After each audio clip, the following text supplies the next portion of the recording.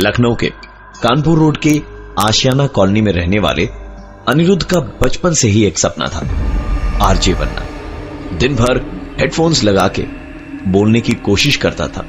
एक दिन जब उसको एक रेडियो स्टेशन से इंटरव्यू का कॉल आया तो खुशी से आधा पागल ही हो गया। लेकिन इंटरव्यू क्लियर करने के बाद भी एक छोटी सी दिक्कत थी। एक ऑडियो सैंपल भेजना था उसे, और उसके लिए चाहिए था एक स्टूडियो जहां रिकॉर्डिंग करनी होगी। अनिरुद्ध ने गूगल किया और फाइनली एक स्टूडियो उसके बजट में आया। सोनिक स्टूडियो रायबरेली रोड पे था, जो शहर के आउटर में है। आज का सारा दिन अनिरुद्ध अच्छी स्क्रिप्ट्स लिखने के चक्कर में बिजी रहा और देर शाम तकरीबन 7 बजे सब तैयारी करके स्टूडियो के लिए रवाना हुआ और ढूंढते ढूंढते बड़ी मुश्किल से स्टूडियो तक पहुंचा। बड़ा ही घुमा फिरा के जाने वाला रास्ता था। एक बार कोई चला जाए तो कभी भूल न पाए। वहां पहुंच के स्टूडियो ओनर साउंड दादा से बात करके दादा को सब समझाया तो उन्होंने अपनी ही स्टाइल में कहा, आप टेंशन मत लीजिए, सब हो जाएगा। और दोनों रिकॉर्डिंग करने स्टूडियो के अंदर गए। आज तो सब कुछ एडवांस्ड है। यहां साउंड दादा के स्टूडियो में इक्विपमेंट्स थोड़े पुराने फैशन के थे। रिकॉर्डिंग शुरू हुई। लखनऊ एक शहर जहां सब तहजीब की बातें करते हैं और जहां जब तक धक्का ना लगे आदमी आप से तुम पे नहीं आता। जहां नॉन वेजिटेरियंस टुंडे के कबाब और वेजिटेरियंस माँ दुर्ग माँ की दाल में खुश रहते हैं। यहाँ नवाबी नस नस में है और मोहब्बत। साउंड दादा, कुछ चल रहा है। अनिरुद्ध की बात सुनकर साउंड दादा दौड़ते हुए दूसरे कमरे में आए और थोड़ा घबराए चारों तरफ देखते रहे। फिर बोले, कभी कभार ऐसी बदबू यहां आती है, आप टेंशन ना लें, आप बस आराम से रिकॉर्डिंग कीजिए। अनिरुद्ध ने एक बार फिर से बोलना शुरू किया। क्रिश्चियन कॉलेज के ग्राउंड पे जब क्रिकेट खेला करते थे तो उसका मजा ही अलग।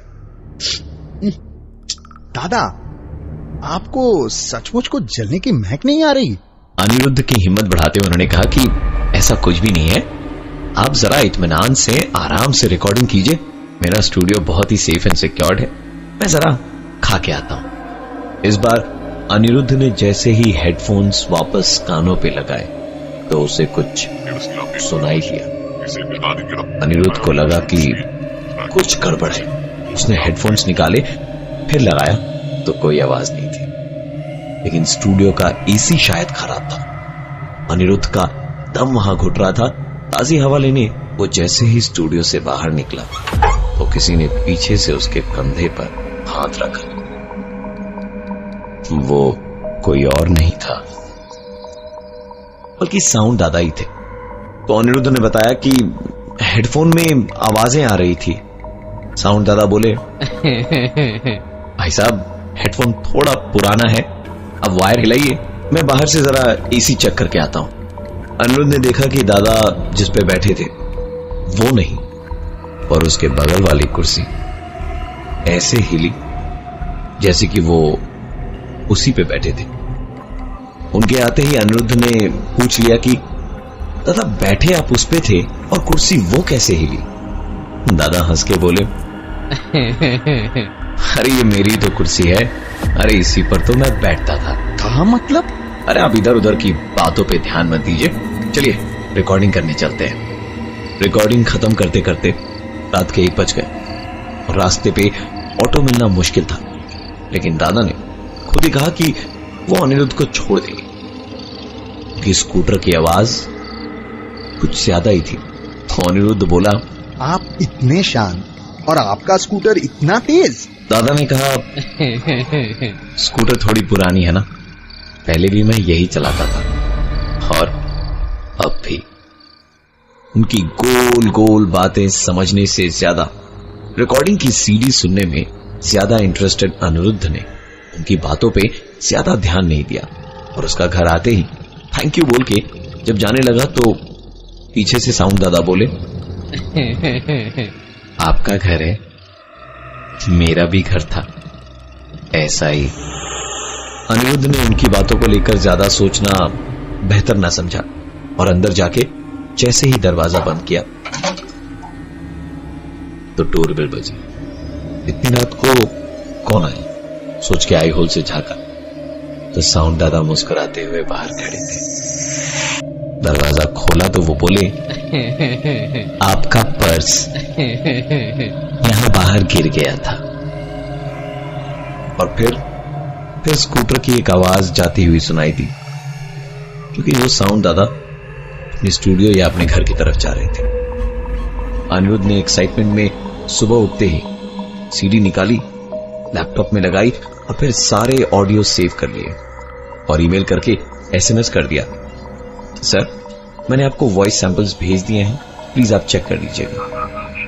तकरीबन कुछ 1 घंटे के बाद फोन आया और उन्होंने पूछा, ये सब क्या है भाई?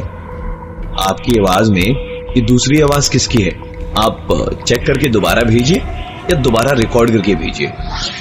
अनिरुद्ध ने जब वो साउंड क्लिप भेजे तब तो ठीक था, यहां क्या हो गया यही सोच के उसने जब सुना तो उसके होश उड़ चुके थे।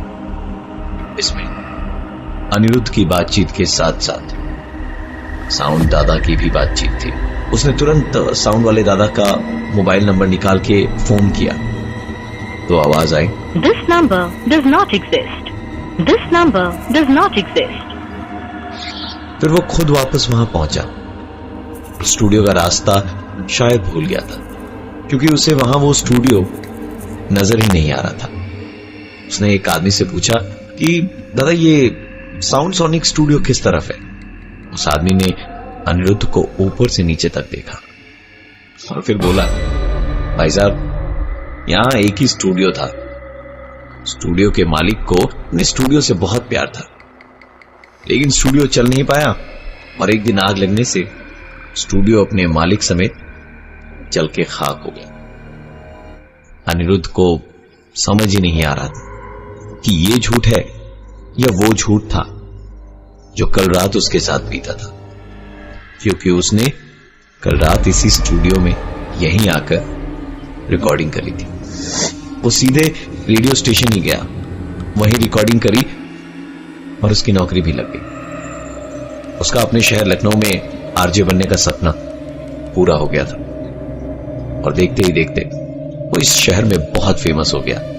और एक दिन, हाँ जी मैं हूँ अनिरुद्ध, और मेरे सवाल का जवाब देने के लिए कौन है फोन पे? उधर से आवाज आई, बड़े दिनों से रिकॉर्डिंग करने नहीं आए। अनिरुद्ध को काटो तो बदन में खून नहीं।